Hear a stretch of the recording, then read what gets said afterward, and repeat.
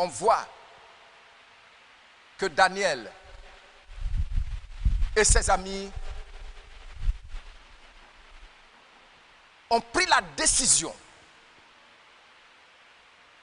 qu'ils ne mangeraient pas ce repas, bien qu'il était séduisant.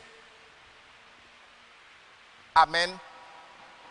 Imagine-toi un peu ce repas, ce que le roi mange, le vin qu'il buvait, les apéritifs, entrer, s'asseoir, et tout ça. Et on t'offre ça gratuitement et tu dis non, c'est du levain. Daniel résolut de ne pas se souiller par les mets du roi et par le vin dont le roi buvait. Vous voyez, qu'est-ce que Daniel a fait? Daniel et ses amis étaient résolus. Tu sais, une chose que le diable et tous ses agents redoutent, c'est notre décision. J'ai dit, tu peux manger le pain sans le vin si tu prends la décision que Dieu attend de toi, comme Daniel et ses amis. Parce qu'une chose est que si Dieu respecte notre décision, le diable en revanche a peur de notre décision. Le diable a peur de ta décision. Il faut le savoir. Le monde a peur de ta décision. Le diable cherche toujours le prêt-à. Vous voyez que le roi cherchait quel type de personnes? Des gens qui sont beaux, de taille, de figure, intelligents, remplis de sagesse. Vous voyez? C'est pourquoi vous voyez tous ceux qui sont dans les cercles occultes là. Ils se promènent, ils cherchent les CV des gens qui sont brillants pour aller les coopter. Le diable, il n'est pas comme notre Seigneur, hein, qui va dans les ordures te prendre là-bas comme il a fait pour nous autres. Il va dans les ordures pour te prendre et puis qu'est-ce qu'il fait? Il te lave, il te forme pour que tu deviennes intelligent, pour que tu deviennes sage. C'est pas comme ça que le diable et le monde font. Le diable et le monde cherchent toujours le prêt-à. Le prêt-à. C'est pourquoi toi, il court derrière toi. Tu es un prêt-à. Quand on te voit, mon frère, tu es beau, tu es intelligent, tu es brillant. Ma soeur, quand on te voit, tu es belle, tu es douce. Le diable sait, c'est ce qu'il recherche. Ce n'est pas lui qui a semé ça en toi, mais c'est ce qu'il recherche. Tu as vu? Donc cette vérité, tu dois le savoir. Malgré que les offres sont séduisantes, qu'est-ce que tu dois faire? Deuxièmement, tu dois prendre personnellement une ferme décision. De ne pas te souiller avec du pain levé. Partout aujourd'hui, c'est le pain levé. Non. Même pas de décision. Regardez aujourd'hui, beaucoup de gens qui souffrent après avoir frustré leur pasteur. Ils sont nombreux, elles sont nombreuses à quitter les assemblées où on leur enseigne clairement la crainte de Dieu à cause d'un garçon, à cause d'une fille. Pas de fermeté. Et puis après maintenant tu t'en vas, tu te retrouves dans un caniveau. La faute est à qui? À toi-même parce que tu n'as pas pris la décision qu'il fallait. Je vais vous dire, quand quelqu'un a la foi, dans son attitude lance toujours un défi. Soit la foi va à la rencontre du défi, ou bien la foi, par l'attitude de celui qui est résolu à obéir au Seigneur, lance un défi. Regardez, Daniel dit au verset 12, éprouve tes serviteurs pendant 10 jours, seulement 10 jours, il faut nous éprouver. La foi lance toujours un défi, ou bien elle va à la rencontre du défi. Aujourd'hui, dès qu'on nous lance un défi net, ils disent que si je ne fais pas ça, on ne va pas me donner promotion. C'est lui le patron, il ne va pas me donner promotion. Non. Non. Je demeure ferme parce que je suis enfant de Dieu. Je suis princesse. Non, je demeure ferme parce que je suis serviteur de Dieu. Daniel dit, au bout de 2 jours, tu vas nous regarder et regarder ces jeunes. Combien de fois on peut dire aux gens, moi je suis là, je sers le Seigneur. L'autre là-bas, il refuse de servir le Seigneur. Je te donne quelques années d'ici. Tu vas voir la différence. Mais la foi voit déjà au travers de la lucarne la fidélité de Dieu.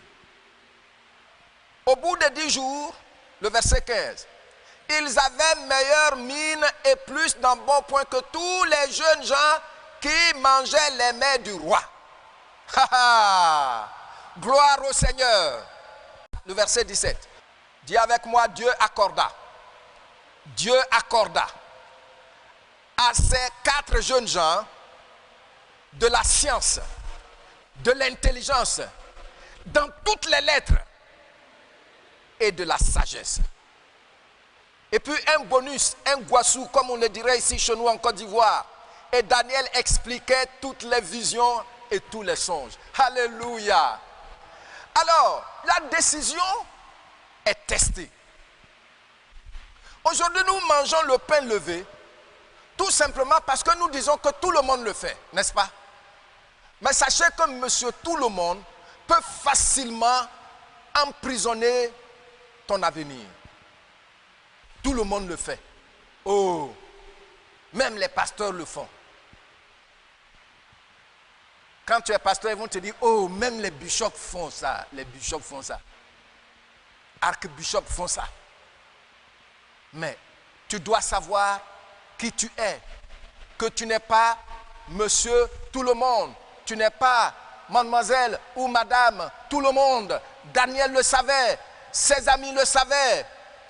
Daniel et ses amis étaient à la tête. Quelquefois, on aime dire, je ne serai pas à la queue, je serai toujours à la tête. Mais tu manges le pain levé. Pourquoi tu te trahis toi-même? Hein?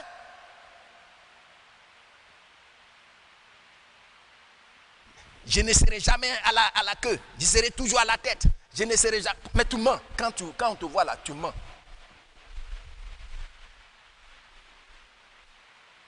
Quand on te regarde,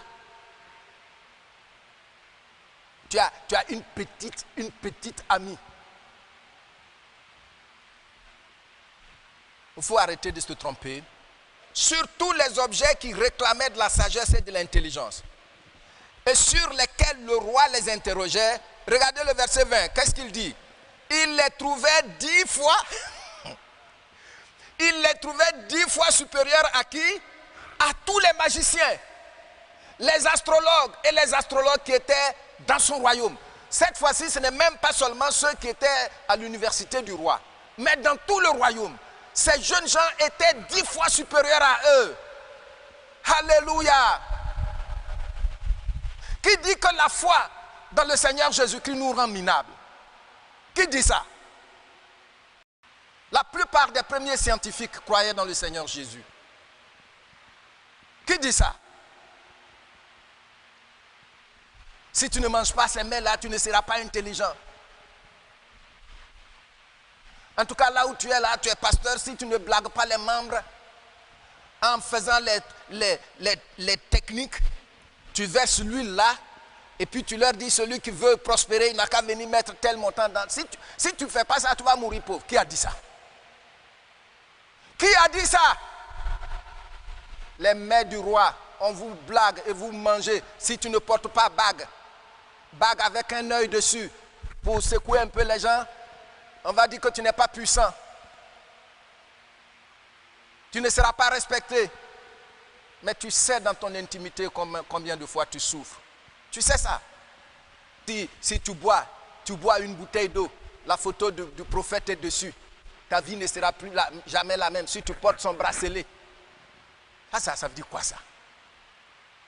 C'est les mets du roi. C'est le levain. Au lieu de prendre une décision claire, une décision qui résonne dans le palais de Dieu. Non, on fait comme ça, on fait comme ça, on fait comme ça, on fait comme ça. Joseph refuse de façon catégorique, de façon systématique, de manger le pain levé. De manger le pain levé. Oui.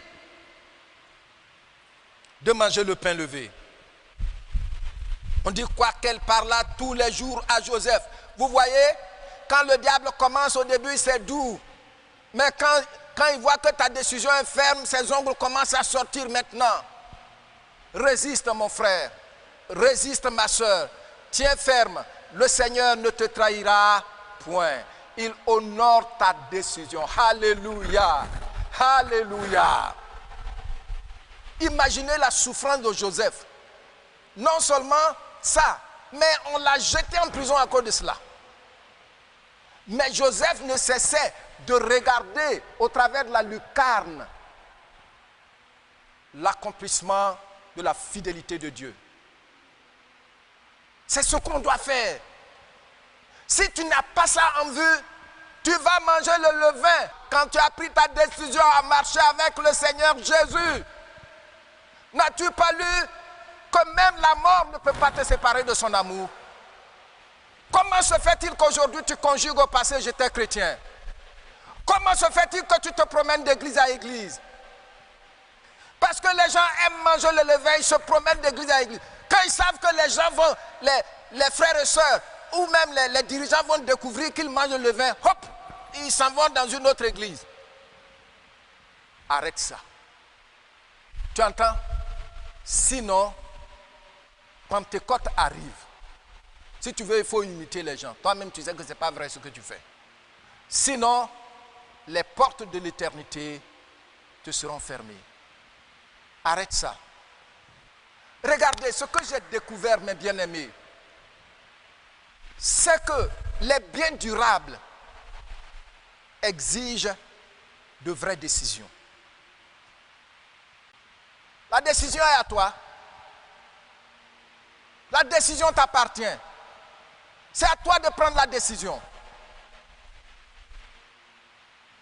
Et même dans le feu, le Seigneur y sera avec toi. Et tu ne seras point consumé. Alléluia. Sans une ferme décision, à l'exemple de ces gens que nous venons de voir, il n'y a pas d'exploit avec Dieu. Il n'y a pas d'exploit avec Dieu. Moi, si je n'avais pas pris une ferme décision, je ne serais pas en vie aujourd'hui. Ça, c'est sûr. C'est toujours possible de manger le pain sans levain. C'est toujours possible de manger le pain sans levain.